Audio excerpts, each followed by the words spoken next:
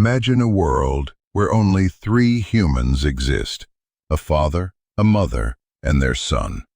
The son commits a murder, killing his only brother, and is banished into a desolate wasteland to die alone. But then the impossible happens. He finds a wife. He has a child. He builds an entire city. This is not a riddle. This is the glaring mathematical paradox found in the 4th chapter of Genesis. If Adam and Eve were the first and only parents of humanity, who was the woman waiting in the wastelands for Cain? Where did she come from? And who was going to populate the city he built? This question has dismantled the faith of some and obsessed the minds of theologians for millennia. It is a locked-room mystery on a planetary scale. To solve this ancient puzzle, we must unlock 4 specific doors. Door number 1 is the primal crime scene, where we analyze the forensic evidence of the first murder. Door number 2 is the phantom population, the theory of humans that existed before or alongside Adam. Door number 3 is the genetic key, a controversial scientific reality about early human DNA. And finally, door number 4, the lost name. Stay with us, because what lies behind door number 4 is a specific identity, a woman erased from the Sunday school narratives, whose existence changes the entire texture of human history. Let's rewind the clock to the absolute zero of time. Before kingdoms, before language, before the very concept of a lie existed. The source text describes a garden where the atmosphere was thick with a divine presence, a place where the first man, Adam, was sculpted from the dust. Imagine the silence of that world. There is no background hum of traffic, no distant voices, just the wind moving through trees that have never been cut. Adam is alone until the first surgery in history occurs, yielding Eve. This is the singularity, the genetic bottleneck from which all human life is supposed to flow. They are the only 2 players on the board. Time accelerates. The couple is expelled from paradise, and the harsh reality of survival begins. They have 2 sons, Cain and Abel. These 2 boys grow up in a world that is terrifyingly empty. There are no neighbors to trade with, no villages to visit. It is just them and the raw, untamed earth. Cain becomes a man of the soil, his hands constantly stained with the dirt of a cursed ground. Abel becomes a shepherd, watching over flocks under a silent sky. But as they mature, a dark psychological fracture begins to form. They both bring offerings to the invisible Creator. Abel brings the firstborn of his flock, a sacrifice of blood and value. Cain brings the fruit of the ground. The narrative tells us that the Creator looked with favor on Abel, but rejected Cain. Zoom in on Cain's face in that exact moment. It wasn't just disappointment. It was the birth of the first complex negative emotion. His stomach tightened into a knot of cold iron. The heat of shame flushed up his neck. The text says his face fell, a physical manifestation of a spiritual collapse. He wasn't just angry. He was humiliated. And in that humiliation, a voice warned him. He was told that sin was crouching at his door like a predatory animal, waiting to devour him. But Cain didn't listen. He invited his brother into the field. This is the moment where the history of the world snaps. Imagine the sensory overload of the first murder. The field is quiet. The wind is still. Cain strikes. It likely wasn't a clean, cinematic death. It was the wet, brutal tear of flesh, the confused gasp of a brother who didn't even know what murder was because it had never happened before. The soil, which Cain had spent his life cultivating, now drank the blood of his kin. The silence that followed was louder than any scream. He had not just killed a man, he had destroyed 25% of the human population in a single afternoon. But the true mystery begins in the aftermath. The Creator confronts Cain, not with lightning, but with a question. Where is your brother? Cain attempts the first cover-up in history, uttering the infamous line, "Am I my brother's keeper?" The sentence is delivered with a chilling, sociopathic detachment. But the earth itself acts as a witness, the blood crying out from the ground. Cain is sentenced to exile, stripped of his ability to farm, forced to wander the earth as a fugitive. And this is where the logic seems to break. Cain, terrified of his punishment, cries out, "My punishment is more than I can bear." He says, "I shall be a fugitive and a vagabond in the earth, and it shall come to pass that every one that findeth me shall slay me." Stop and look at that sentence. Every one that finds me. Who is everyone? If the only people left on earth are his grieving parents back in the garden, who is Cain afraid of? He is terrified of a threat that, according to the strict narrative, shouldn't exist. This fear implies he knows something we don't, that the wilderness isn't empty. And God doesn't correct him. God doesn't say, "Cain, you're hallucinating. There's nobody else out there." Instead, God places a mark on him, a supernatural warning to protect him from these mysterious others. Cain then travels east to the land of Nod, and there the text casually drops the bombshell. Cain knew his wife, and she conceived. The camera pans away from the murder to a wedding, and the audience is left asking the most haunting question in the Bible. Who is she? You are now standing at the edge of the known world. Behind you is the garden, locked forever. Ahead of you lies the land of Nod, a Hebrew word that literally translates to wandering. Cain steps into this void, carrying the mark of God like a target on his back. But the silence of the wilderness is broken by the sound of construction. Cain doesn't just survive, he thrives. He builds a city and names it after his son, Enoch. This is where the logic of a lonely earth shatters. You cannot build a city for 3 people. A city implies a workforce, a society, a future. So, who was holding the hammers? Who was mixing the mortar? We must open door number 2, the phantom population. For centuries, fringe theorists have whispered about a second creation. They point to the archaeological record, cave paintings, ancient burial grounds, and tools that seem to predate the biblical timeline of Adam by thousands of years. The theory suggests that while Adam and Eve were the spiritual first parents, perhaps they weren't the biological only parents. Maybe the land of Nod was already teeming with pre-Adamites, humans created in the shadows of Genesis 1, waiting to be discovered. It is a seductive theory. It solves the math instantly.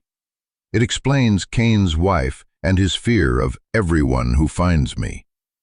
But the Bible slams this door shut with a single deafening sentence in Acts 17. From one man he made all the nations. The text is ruthless in its exclusivity. Adam is the bottleneck. There is no one else. So we are left with the only remaining option, the one that makes modern audiences shudder. We must unlock door number 3, the genetic key. To understand Cain's wife, you have to strip away 21st century taboos and look at the biology of the first generation. Imagine the DNA of Adam and Eve not as the corrupted, glitchy code we carry today, but as a pristine, flawless master copy. Think of a photocopier. Today, if you make a copy of a copy of a copy, the image degrades. Errors creep in. That is us, thousands of generations deep, riddled with genetic mutations and defects. But Cain? He was the first copy. His genetic code was nearly identical to the original design. It was robust, vibrant, and incredibly pure. In this ancient world, the laws of biology were different.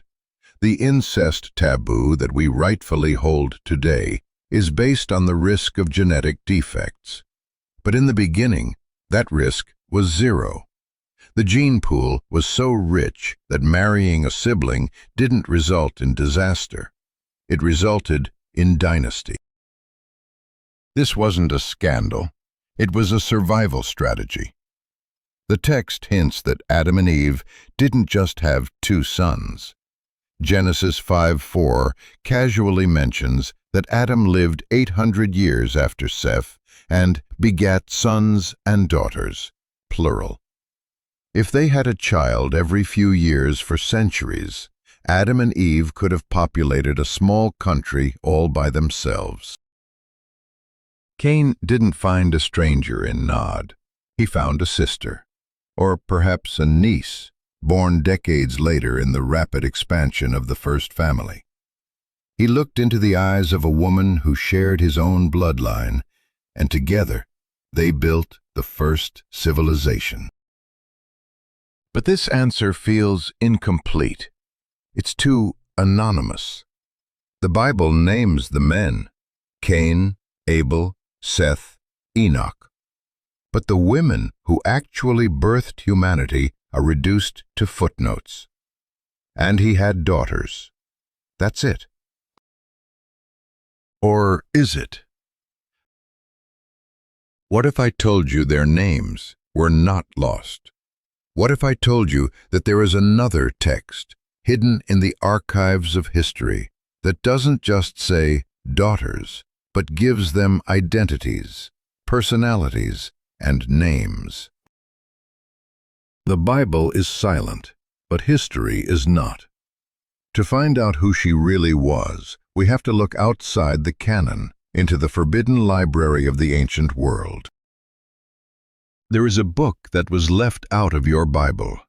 It is a text so detailed, so specific, and so controversial that for centuries it was pushed to the margins of faith, surviving only in the dusty libraries of ancient scholars and the traditions of the Ethiopian Church. It is called the Book of Jubilees, often known as the Little Genesis.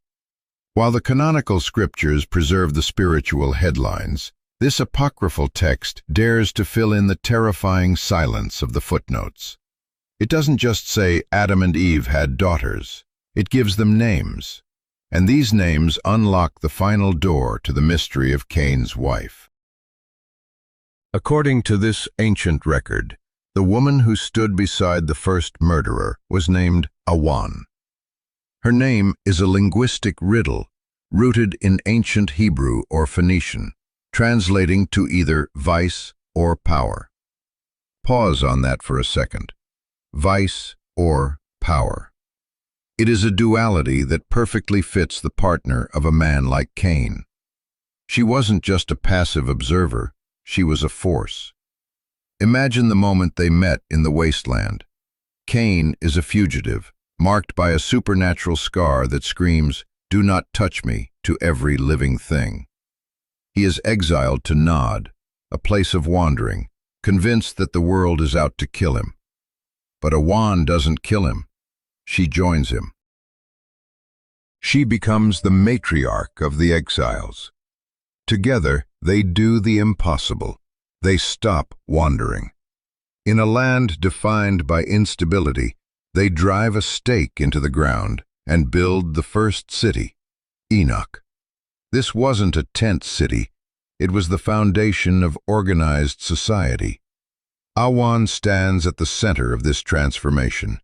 If Cain was the architect of the first city, Awan was the architect of the first population boom. She is the mother of the line that would invent metallurgy, music, and livestock farming. She is the forgotten queen of the antediluvian world. But the text mentions another daughter, a woman named Azura. Her name whispers of something far more ethereal. It is associated with the pure blue of the sky, or lapis lazuli, a stone of holiness. While Awan went into the darkness with Cain, Azura stayed in the light.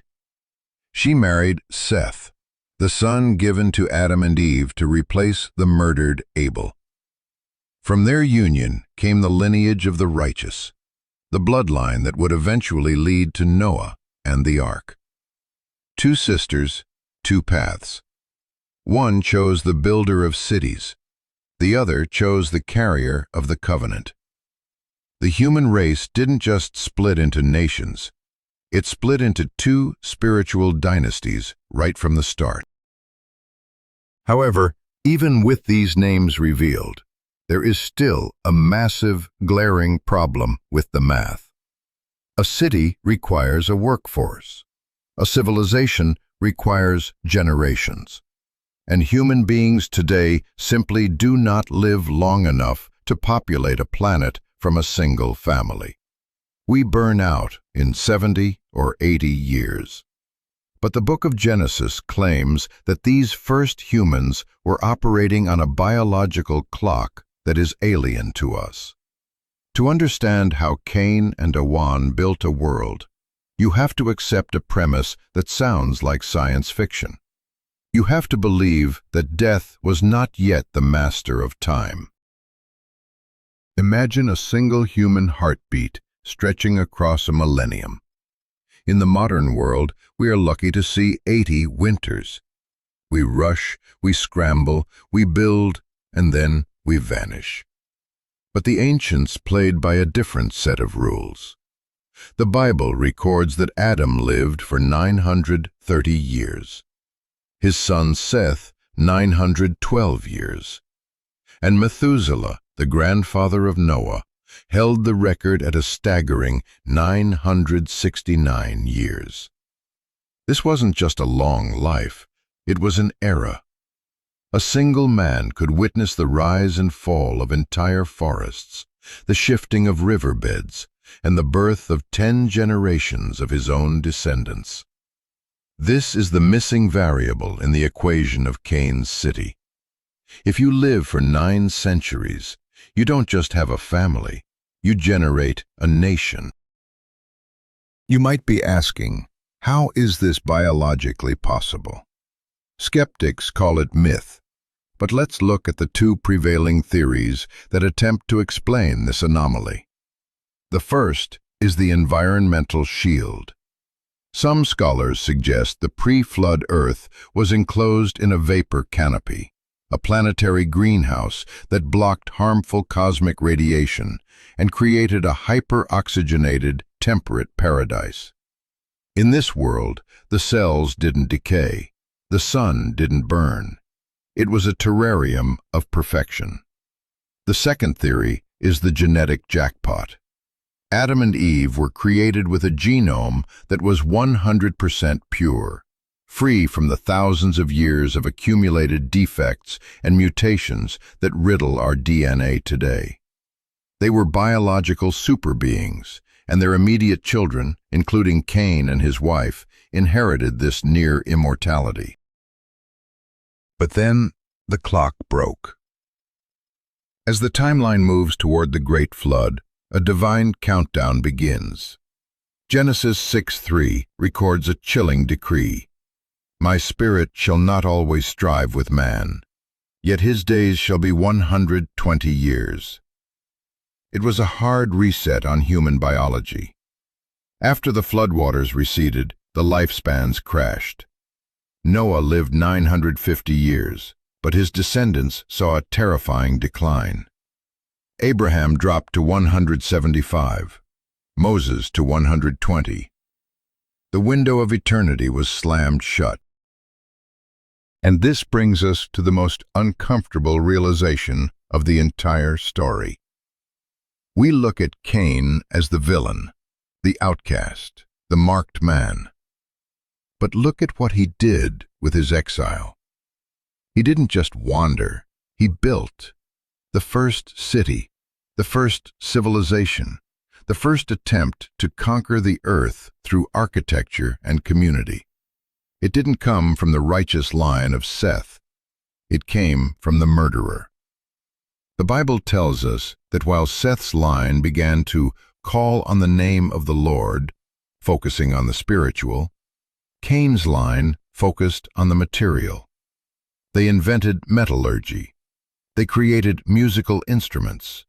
They domesticated livestock.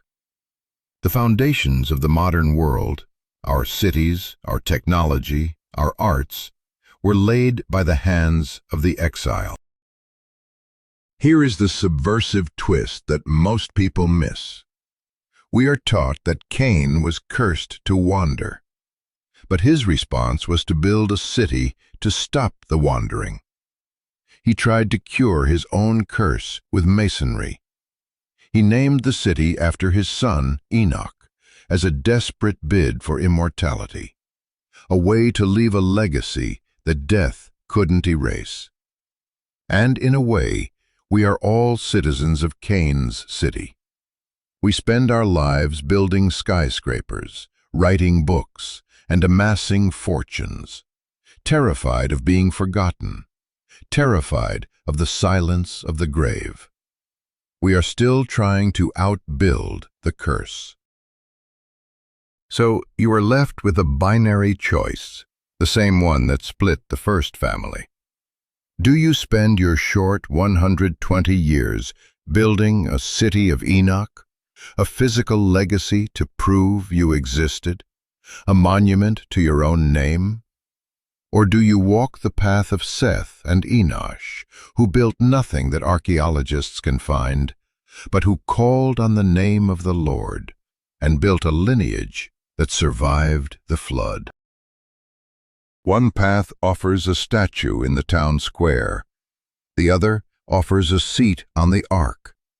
Which one are you building today? If you think the mystery of the first family is dark, you haven't seen what happens when the sons of God looked down at the daughters of men and decided to break the laws of physics.